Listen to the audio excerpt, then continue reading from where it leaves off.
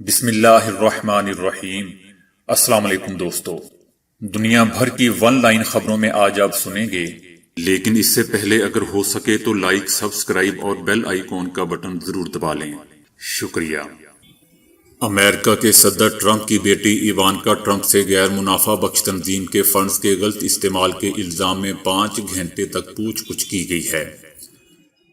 امریکی صدر کی بیٹی پر یہ الزام بھی عائد کیا گیا ہے کہ 2017 میں صدر ٹرمپ کی تقریب حلف برداری کے لیے ٹرمپ کے واشنگٹن کے ہوٹل کو مارکیٹ ریٹ سے زیادہ ادائیگی کی گئی۔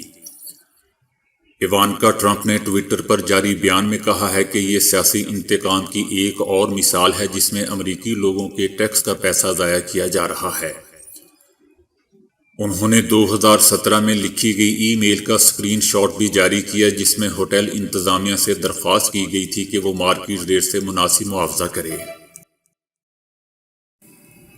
اقوام متحدہ نے فلسطینی بچوں کے خلاف اسرائیلی اہلکاروں کے ذریعے مسلح طاقت کے استعمال کی شفاف تحقیقات کا مطالبہ کر دیا ہے۔ اقوام متحدہ نے اسرائیل سے مطالبہ کیا ہے کہ وہ اسرائیلی اہلکاروں کی طاقت کے استعمال کے ان تمام واقعات کی فوری، شفاف اور آزادانہ طور پر تحقیقات کرے جس کی وجہ سے وہ جاں بحق یا زخمی ہوئے تھے، اور ذمہ داران کو سزا دی جائے۔ امریکہ نے چائنا پر نئی ویزا پابندیاں عائد کر دی ہیں۔ نئے قوانین کے مطابق چائنا کی کمیونسٹ پارٹی کے ارکان اور ان کے اہل خانہ کو صرف امریکہ کے سفر کے لیے زیادہ سے زیادہ 1 ماہ کا ویزا جاری کیا جائے گا، جبکہ اس ویزا پر انہیں ایک ہی بار امریکہ آنے کی اجازت ہوگی۔ اس سے قبل اس ویزے کی مدت 10 برس تک تھی۔ بھارتی ریاست اتر پردیش میں پولیس نے ایک مسلم لڑکے کو ایک ہندو لڑکی کو اسلام قبول کروانے کے الزام کے تحت گرفتار کیا ہے۔ لڑکی کے والد نے الزام لگاتے ہوئے بتایا ہے کہ انہوں نے پولیس میں رپورٹ درج کروائی ہے کیونکہ لڑکے نے ان کی بیٹی پر مذہب تبدیل کرنے کے لیے دباؤ ڈالا اور ایسا نہ کرنے کی صورت میں اسے دھمکیاں بھی دیں، جبکہ دوسری طرف لڑکے نے رپورٹرز کو بتایا ہے کہ وہ بے گناہ ہے اور اس کا لڑکی سے کوئی تعلق واسطہ نہیں ہے۔ ناقدین کا کہنا ہے کہ اس قانون کو غلط استعمال کرنے کا امکان بہت زیادہ ہے۔ یورپی یونین ایوی ایشن نے پاکستان ایئر لائن کی پروازوں پر عائد پابندی کو غیر معینہ مدت تک برقرار رکھنے کا اعلان کر دیا ہے۔ اس سلسلے میں یورپی یونین ایوی ایشن نے ایک خط میں اپنے فیصلے سے آگاہ کر دیا ہے جس میں کہا گیا ہے کہ پاکستان کی سول ایوی ایشن اتھارٹی کی طرف سے پائلٹوں کے لائسنسنگ کے نظام کی بہتری کے لیے اقدامات نہ کیے جانے کی وجہ سے یورپ کے لیے پروازوں پر عائد پابندی کا خاتمہ نہیں کیا جا سکتا۔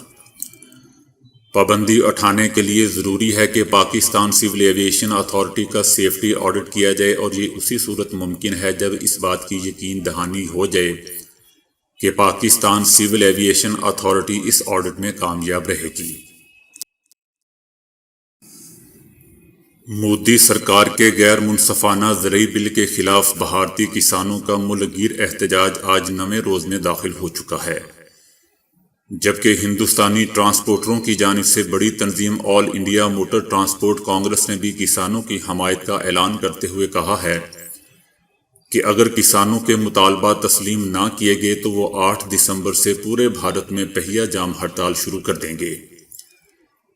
کسانوں سے یکجہتی کے لیے پنجاب کے سابق وزیر اعلیٰ پرکاش سنگھ نے صدر رام ناتھ کووند کے نام ایک خط لکھ کر کہا ہے کہ میں احتجاجاً پدما بھوشن ایوارڈ واپس کرتا ہوں۔ آج میرے لیے اس اعزاز کی کوئی اہمیت نہیں ہے۔ سابق ریسلر کرتار سنگھ نے پدما شری ایوارڈ باسکٹ بال کے کھلاڑی سجن سنگھ چیمہ اور ہاکی پلیئر راج ببر کور نے ارجونا ایوارڈ واپس کرنے کا اعلان کرتے ہوئے دہلی مارچ میں شرکت کی یقین دہانی کروائی ہے۔ بھارت، پنجاب اور ہریانہ کے سنگھ کسانوں کا دہلی میں احتجاج ہر گزرتے لمحے کے ساتھ شدت اختیار کر رہا ہے۔ بھارتی میڈیا کا ایک بڑا حلقہ سکھوں کے اس احتجاج کو بھارتی سلامتی کے لیے شدید خطرہ بتا رہا ہے۔ بھارتی پنجاب کے وزیر اعلیٰ کیپٹن امرندر سنگھ کی وزیر داخلہ کے ساتھ ہونے والی میٹنگ نتیجہ خیز ثابت نہیں ہوئی ہے، اور ملاقات کے بعد انہوں نے کہا کہ دہلی سرکار کو سکھوں کے مسائل کا حل نکالنا ہوگا، وگرنہ اس سے بھارتی سلامتی کو خطرات لاحق ہو جائیں گے۔ دہلی میں احتجاج کرنے والے لاکھوں کسان ایک کورس کی صورت میں سکھ دھرم کے 10ویں اور آخری گرو گوبند سنگھ کی اس پیشگوئی کو دہرا رہے ہیں جس میں انہوں نے کہا تھا کہ ایک وقت آئے گا جب تمام سکھ اپنے اختلافات بھلا کر دہلی پر چڑھائی کر دیں گے۔ اسرائیل کے حکمراں اتحاد میں پیدا ہونے والے اختلافات کے بعد صہیونی حکومت کے خاتمے اور ملک میں نئے انتخابات کی تیاری کے امکانات پیدا ہو گئے ہیں۔ پارلیمنٹ کو تحلیل کرنے کے لیے ایوان میں پیش کردہ بل پر ابتدائی رائے شماری کی گئی۔ بل کے حق میں 61 اور مخالفت میں 54 ووٹ ڈالے گئے۔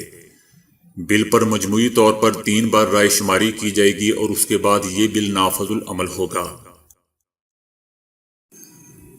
امریکہ میں متعدی امراض کے ماہر اور white house corona task force کے رکن اینتھونی فاؤچی نے برطانیہ کی طرف سے کورونا سے بچاؤ کی ویکسین کے استعمال کی منظوری پر شکوک و شبہات کا اظہار کرنے پر برطانیہ سے معافی مانگ لی ہے۔ فاؤچی نے گزشتہ روز ایک انٹرویو میں برطانیہ پر ویکسین کے استعمال کی منظوری دینے سے متعلق جلد بازی اور احتیاط سے کام نہ لینے کا الزام عائد کرتے ہوئے کہا تھا کہ برطانیہ نے کورونا ویکسین کی منظوری دینے کے لیے امریکہ کے برعکس ہر پہلو پر باریک بینی سے کام نہیں کیا۔ ایسا لگتا ہے کہ برطانیہ نے اس معاملے پر جلد بازی سے کام لیا ہے، لیکن اس کے بعد انہوں نے برطانوی ادارے BBC کو انٹرویو میں ویکسین کی منظوری سے متعلق بیان پر معافی مانگتے ہوئے کہا کہ ان کے پہلے بیان کو غلط انداز میں لیا گیا اور اس میں واقع غلط فہمی ہوئی اور اس کے لیے وہ معذرت خواہ ہیں۔ انہوں نے کہا کہ انہیں برطانیہ کے سائنٹیفک اور ریگولیٹری عمل اور معیار پر پورا بھروسہ ہے اور ان کا مطلب برطانیہ کے ریگولیٹری عمل اور کوششوں پر کسی قسم کا شک ظاہر کرنا ہرگز نہیں تھا۔ صدر جو بائیڈن نے ڈاکٹر اینتھونی فاؤچی کو طبی امور سے متعلق مشیر بننے کی پیشکش کر دی ہے۔ صدر جو بائیڈن نے کہا کہ ڈاکٹر فاؤچی کورونا ٹیم کا حصہ بنے اور ماضی کی طرح اپنا کام جاری رکھیں۔ دوستو، یاد رہے کہ ڈاکٹر اینتھونی فاؤچی صدر ٹرمپ کی کورونا ٹاسک فورس میں بھی کام کر رہے ہیں۔ کورونا کے معاملے پر کئی بار صدر اور ڈاکٹر اینتھونی کے درمیان اختلافات بھی سامنے آ چکے ہیں۔ چائنا کی قومی خلائی انتظامیہ نے جمعرات کی صبح اعلان کیا ہے کہ چائنا کے چانگ E5 نے چاند پر نمونے جمع کرنے کا کام مکمل کر لیا ہے اور یہ نمونے خلائی جہاز کے اندر ہی محفوظ کر دیے گئے ہیں۔ آذربائیجان نے کہا ہے کہ قرباخ کے تنازع میں آرمینیا سے حالیہ لڑائی میں اس کے لگ بھگ 2800 اہلکار مارے گئے ہیں۔ آذربائیجان کی طرف سے آرمینیا کی فورسز کے ساتھ حالیہ لڑائی میں ہونے والے اہلکاروں کے نقصان کے حوالے سے پہلی بار تفصیلات جاری کی گئی ہیں۔ آذربائیجان کا کہنا ہے کہ 100 اہلکار لاپتہ بھی ہیں۔